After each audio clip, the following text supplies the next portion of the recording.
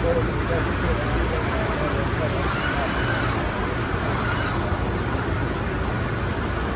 these machines, I mean, they work good.